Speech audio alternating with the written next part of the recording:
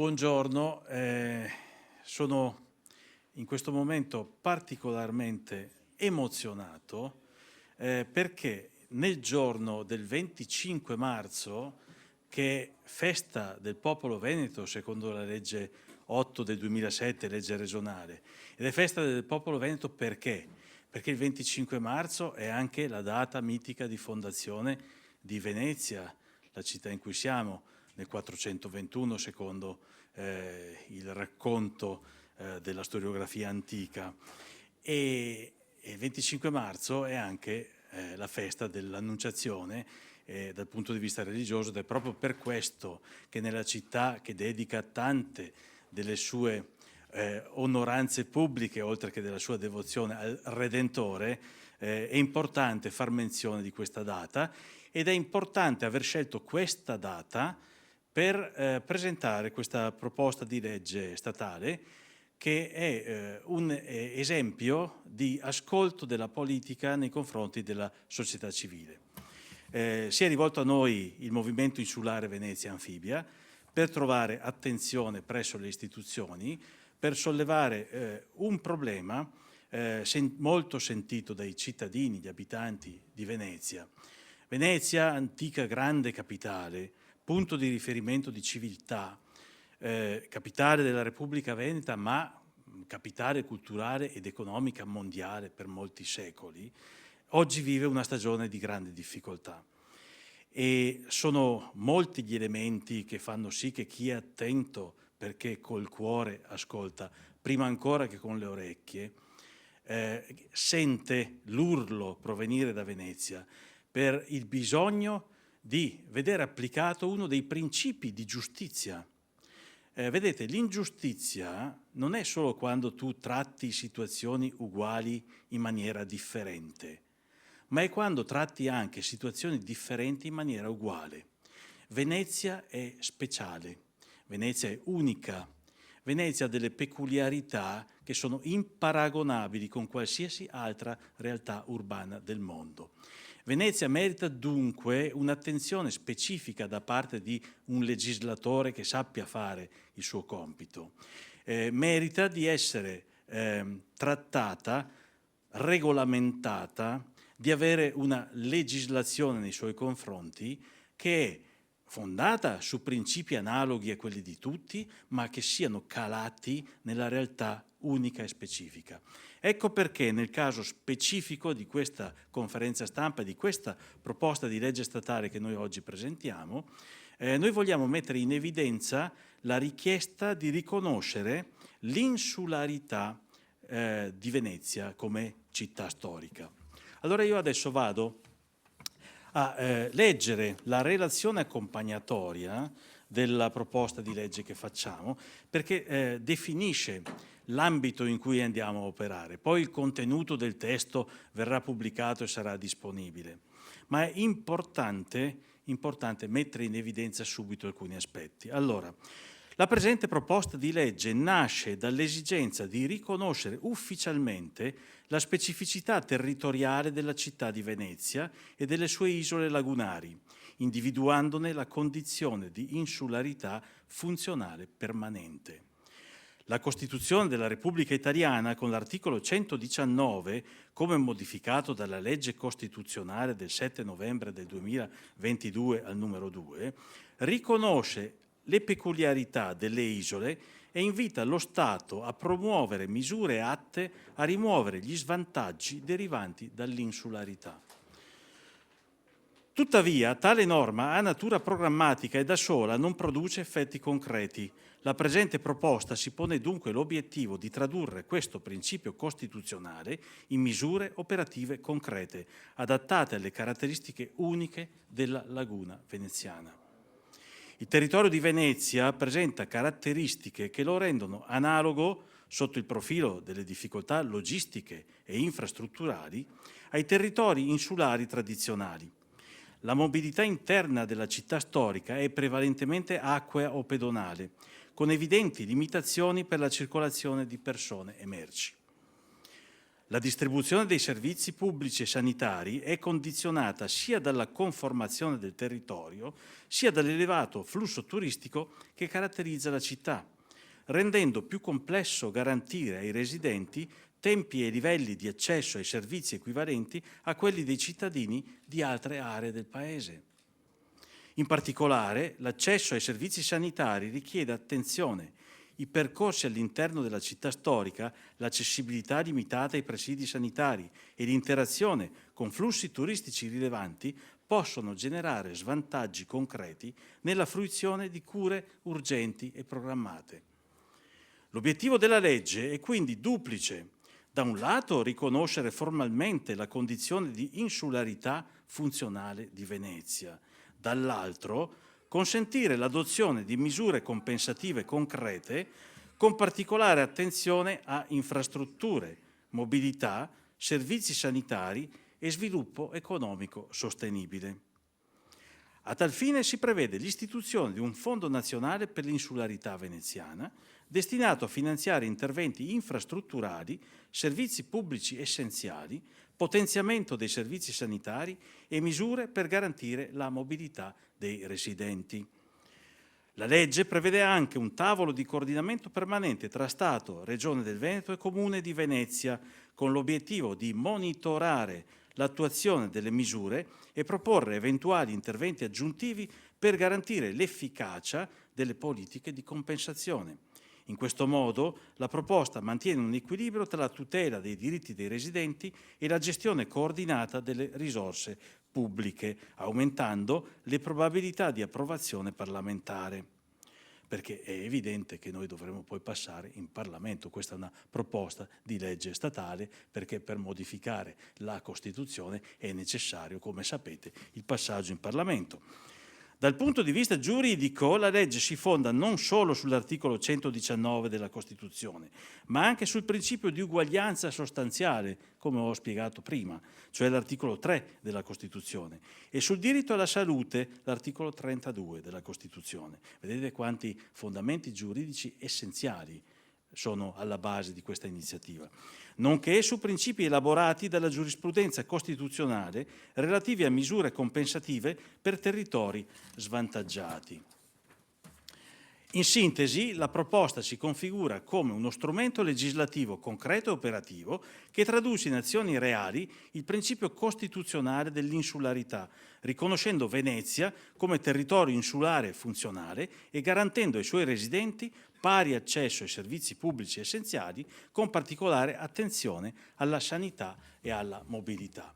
Questa è la relazione. A questo io devo aggiungere alcuni elementi. La prima mozione di questa legislatura è stata presentata dal gruppo Szumski Resistere Veneto, con il sottoscritto come primo firmatario, e ancora ha per protagonista Venezia. Perché già prima di incontrare questa realtà della società civile, questo movimento, da parte nostra c'era l'attenzione per la nostra capitale storica, per questa perla mondiale che è Venezia.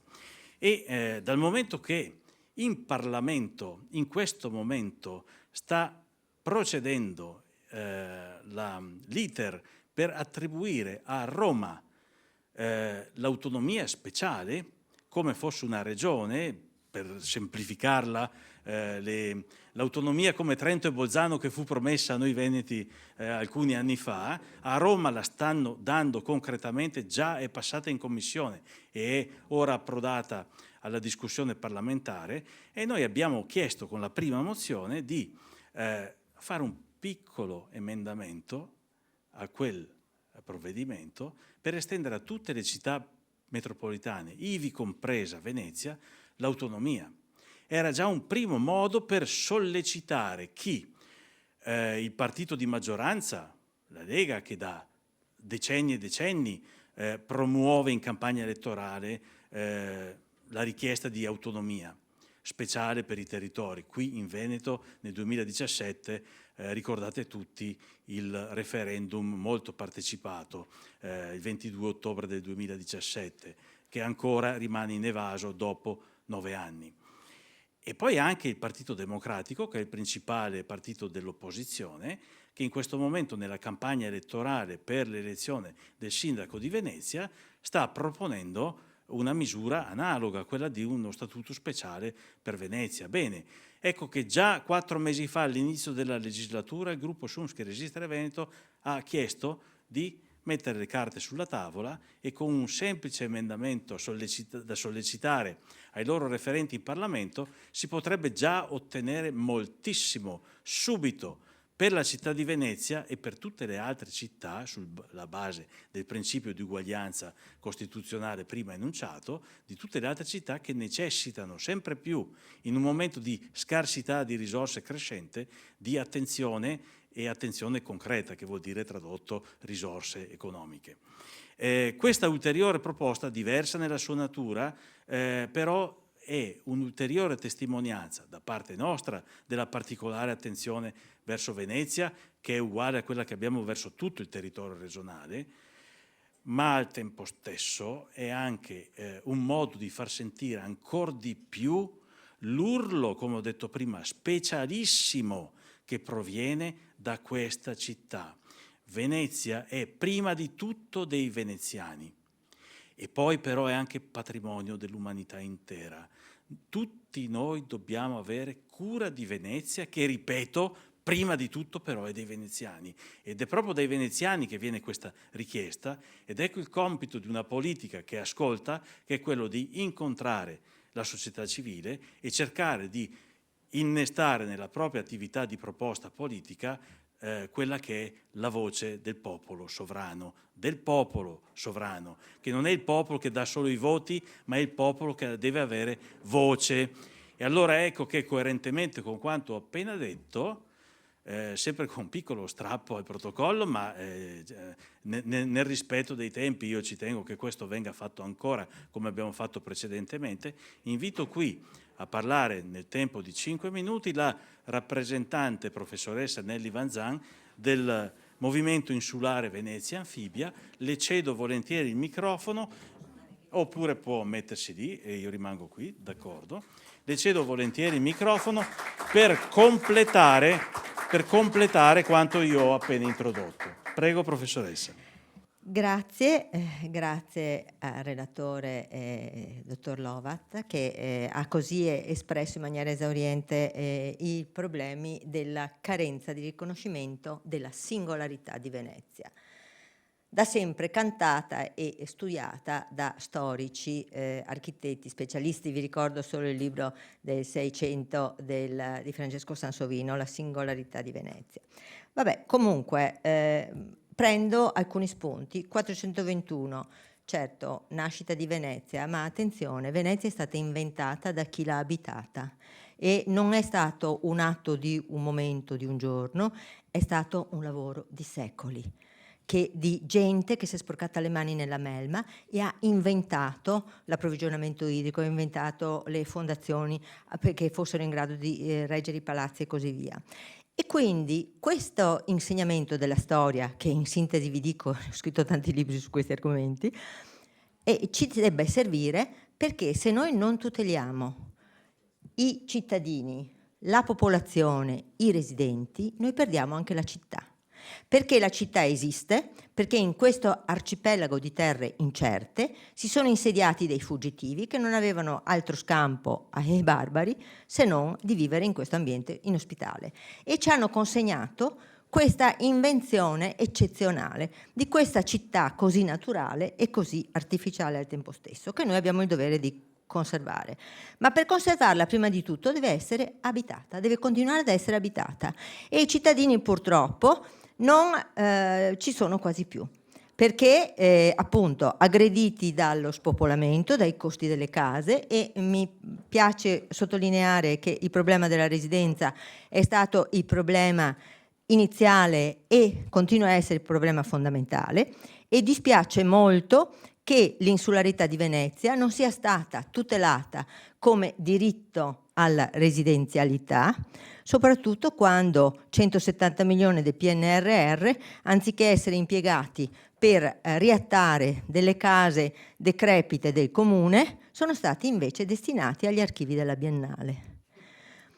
Quindi è stata, diciamo, un'occasione perduta per consentire anche a quei molti veneziani perduti che sono stati costretti dagli sfratti e dai costi a riparare a Mestre, in una civiltà diversa da quella anfibia, una civiltà di terraferma, a adattarsi a un tipo di città e di cultura che non appartiene loro. Quindi questi veneziani perduti avrebbero potuto tornare se delle abitazioni accessibili fossero state aperte anche a loro e avessero consentito il loro rientro. Altro punto: perché Venezia continui a vivere bisogna che vivano i residenti, gli abitanti, e bisogna garantire la sanità. La golden hour, quell'ora d'oro in cui la letteratura medica dice che i soccorsi possono tirar fuori dall'emergenza cardiaca, neurologica un paziente critico, l'ora d'oro a Venezia ormai è quasi irraggiungibile, soprattutto se il malore avviene in una delle isole, Murano Burano, ma anche in una delle calli di Venezia, dove è già difficile raggiungere le persone al terzo piano senza ascensore, portarle in idroambulanza, poi al civile per definire il codice, poi ancora in idroambulanza e poi in autoambulanza fino all'Angelo. Sono state fatte delle scelte scellerate proprio per l'omologazione della città a centro pedonale della terraferma. Questa omologazione ha costituito un abbraccio mortale fra una terraferma che si è vista ridotta a suburbio, quindi con una perdita di identità anche di terra di mezzo fra la regione e la laguna, e una Venezia ridotta a un'appendice privata di servizi, sempre in maniera sempre più drastica, sempre maggiore. Ecco, il nostro movimento è apartitico, è un movimento soprattutto culturale, perché i residenti hanno e condividono una quotidianità che è tipica della civiltà insulare. E attenzione, se noi non salvaguardiamo questa civiltà insulare, non salvaguardiamo i residenti che la mantengono come l'hanno inventata e mantenuta per secoli, noi perdiamo anche la città. Diventa semplicemente un contenitore vuoto. Forse alcuni che speculano appunto nell'utilizzarlo come contenitore, come sedie espositive, sarebbero anche felici, ma in realtà che cosa diventa? È destinata a poi diventare una Pompei. Quindi ringrazio assolutamente della proposta di legge. Ricordo anche che il Veneto è ricco di molte specificità, dalle fonti, dalle acque dolci, fino alle acque salse della laguna e ai litorali delle acque di mare. Bene, questo mantenere la battaglia per la valorizzazione delle specificità significa cercare di creare una cultura di un Veneto che neghi, che cancelli l'omologazione delle differenze, ma valorizzandole costruisca un futuro sostenibile. Allora io auspico anche che la Regione, e mi rivolgo qui al dottor Lovat, dia audience alla domanda che avevamo fatto già il 27 del 5 del 24 in 3 associazioni, di audizione presso Antonino Calderone, presidente della Commissione parlamentare per il contrasto agli svantaggi derivanti dall'insularità, per essere ascoltati con le nostre richieste. Nessuno ci ha risposto dal 27 appunto giugno del 24, maggio scusate, del 24. Ci fa molto piacere che ci sia qualcuno in regione che ci ascolti. Aspettiamo che poi, speriamo che tutta la regione poi ci ascolti e che magari ci apra una via verso il nostro Stato. Grazie. Molte grazie, professoressa Vanzan. Io approfitto ora per una chiusura. Dicono in cauda venenum. È necessario farla però questa chiusura. Sono tanti, troppi anni, sono decenni che il Veneto intero, non solo Venezia, continua democraticamente e civilmente, rispettosamente a presentare richieste allo Stato italiano. Si va da quelle più banali, come il riconoscimento della lingua veneta in Italia sono da Costituzione tutelate le minoranze linguistiche, siamo ai primi articoli della Costituzione, l'articolo 5. 12 lingue sono già riconosciute, anche qui in Veneto è tutelato il ladino, qui vicino il friuli, e in Italia sono riconosciuti il catalano, il greco, l'occitano. Il veneto è lingua ufficiale in Brasile, è lingua tutelata in Slovenia e Croazia per il passato evidente di contatto e di partecipazione addirittura alla Repubblica Serenissima. A noi continuano a negare perfino questa banale richiesta che dovrebbe essere concessa in automatico per valorizzare il patrimonio culturale derivante dalla letteratura veneta, addirittura dall'archivistica sulla diplomatica, sull'attività diplomatica della Repubblica, che è espressa anche in lingua veneta. Ci sono secoli di letteratura negati, ma perché? Da tempo chiediamo di riformare in senso regionale il modello fiscale.